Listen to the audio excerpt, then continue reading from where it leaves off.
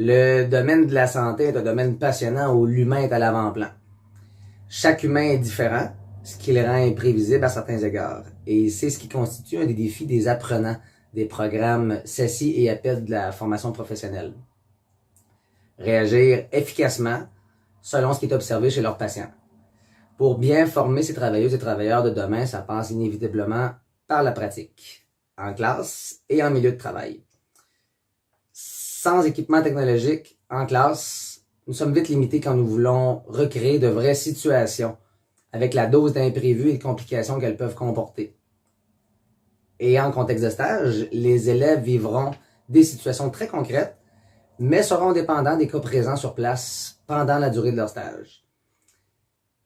Différentes stratégies et outils pédagogiques, technologiques peuvent alors être utilisés pour développer les compétences des élèves. Véritablement. Parmi celles-ci, le mannequin intelligent prend une place de choix.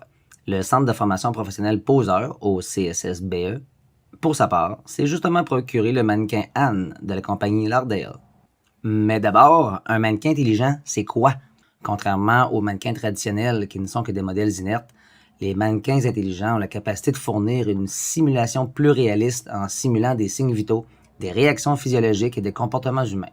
Plus précisément, le modèle Anne est un mannequin capable de simuler la respiration, les battements de cœur et les vomissements, tout comme les signes physiques tels que les pupilles dilatées ou la cyanose.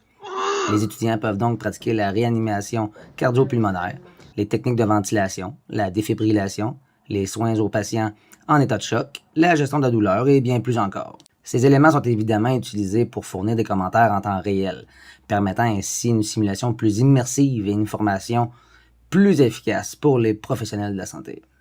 C'est bien beau tout ça, mais concrètement, derrière la mise en situation vécue, il y a tout de même un travail pédagogique réfléchi par l'enseignant.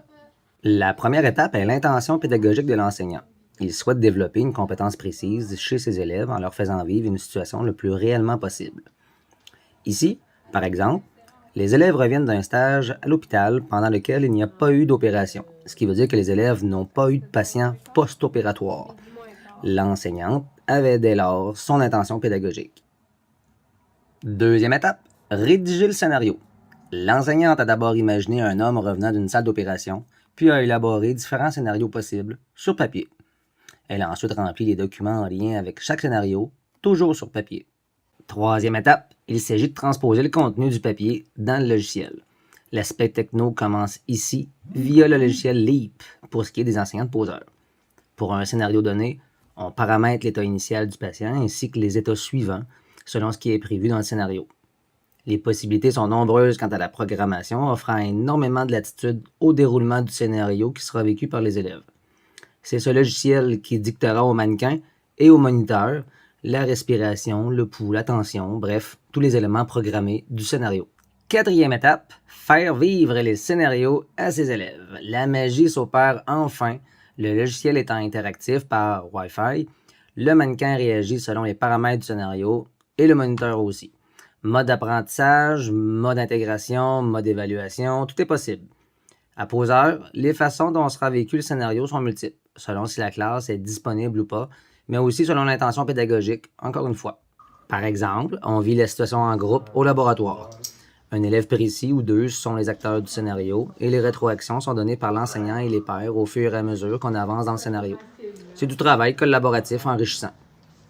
Ou encore, l'élève est seul dans le laboratoire avec le mannequin, le reste du groupe et l'enseignant l'observant depuis la classe à côté via des webcams judicieusement placées.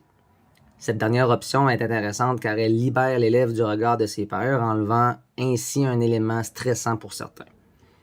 L'enseignant commande le scénario à distance tout en observant l'élève. Il peut même utiliser son micro et parler à l'élève via le mannequin. Dernière étape, retour en grand groupe. Cette étape est évidemment essentielle pour la rétention des éléments clés chez les élèves. C'est à ce moment qu'on viendra renforcer les notions apprises et vécues. Quand on demande aux enseignants et aux élèves de poseurs leur opinion sur le mannequin, ce qu'ils nomment, ce sont les apports pédagogiques. Pour l'apprenant, le mannequin apporte énormément de réalisme de par les sons qu'il émet et les signes vitaux en continu, l'obligeant à réfléchir et à réagir en fonction de ceux-ci. Pour les profs, c'est clairement une évaluation plus réelle des compétences acquises de l'élève. Terminons en mentionnant que oui, Le coût d'un mannequin peut paraître dispendieux, mais c'est un investissement payant au niveau pédagogique. Et pour qu'il en soit ainsi, il est nécessaire que les formateurs en soient convaincus et soient engagés vis-à-vis du mannequin. Les possibilités deviennent ainsi multiples et n'ont de limite que l'imagination des formateurs.